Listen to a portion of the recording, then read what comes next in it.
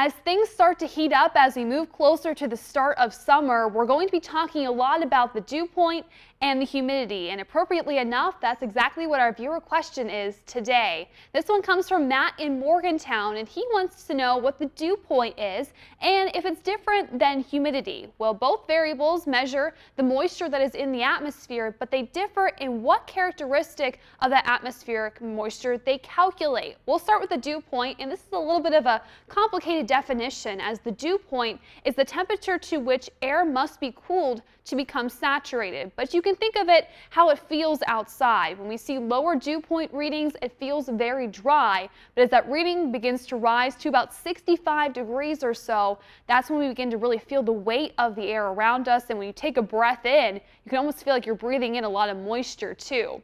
Now with humidity, we can calculate it in several different ways, but the most common is relative humidity, which is the closeness the air is to saturation given as a percentage. And 100% humidity means the air is saturated, and you may think that means that it's going to be very foggy, very wet, or saturated. But in fact, the most common time that we see 100% relative humidity is early in the morning when the temperature falls to the dew point, like we saw here on this Friday morning.